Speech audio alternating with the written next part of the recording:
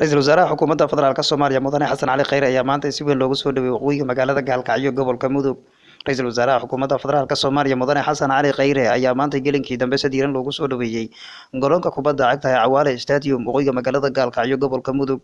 Soo dhaweynta ra'iisul wasaaraha ayaa waxaa ka qayb galay waxgarad aqoon-yahano, siyaasiyiin, dhalinyaro, haween, culimo-diin ku nool woqoyiga magaalada Galkacyo gobolka Mudug. Khudbad kooban oo ka jeediyay garoonka kubadda cagta ee Cawaale Stadium ee woqoyiga magaalada Galkacyo ayaa ra'iisul wasaaraha Xukuumadda Federaalka Soomaaliya waxa uu mahadcelin u jeediyay bulshada woqoyiga magaalada Galkacyo ee maamulka Puntland. Ra'iisul Wasaaraha Xukuumadda Federaalka Soomaaliya Mudane Xasan Cali Kheyre ayaa ugu baaqay bulshada ku nool magaalada Galkacyo gaar ahaan woqoyiga iyo koonfurta ee maamulada Galmudug iyo Puntland inay ka shaqeeyaan nabadda Galkacyo. Ra'iisul Wasaaraha Xukuumadda Federaalka Soomaaliya ee lasoo dhaafay ku sugnaa magaalada Galkacyo gobolka Mudug waxaana uu kulamo oo la yeeshay waxgaradka aqoon-yahanada, siyaasiyiinta uqaasha ku nool koonfurta magaalada Galkacyo ee maamulka Galmudug. Ra'iisul Wasaaraha ayaa toddobaadyadii lasoo dhaafay ku sugnaa qaybo ka mid ah gobolada Mudug iyo Galgaduud halkaas oo kulamo uu kula yeeshay waxgaradka aqoon-yahanada, siyaasiyiinta ka soo jeeda maamulka Galmudug ee ku nool gobolada Mudug iyo Galgaduud.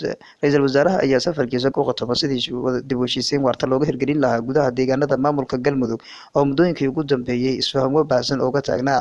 Ra'iisul Wasaaraha Xukuumadda Federaalka Soomaaliya ayaa inta uu ku sugnaa gobolka waxaa booqasho ku tagay magaalooyinka Dhuusamareeb, Cadaado, degmada Guraceel, Caabudwaaq, Xiraale iyo deegaano kale oo ka tirsan gobolka Galgaduud oo ra'iisul wasaaraha booqasho uu ku tagay. Ra'iisul Wasaaraha ayaa u mahadceliyay dhammaan bulshada reer Galmudug ee doonaya inay ka shaqeeyaan nabadda isla markaana ugu baaqay in marnaba aysan dib u dhac uusan ku imaanin hanaanka geedi socodka nabadda iyo shirka dib u heshiisiinta dhawaan la filayo inay ka qabsoonto magaalada Dhuusamareeb ee gobolka Galgaduud.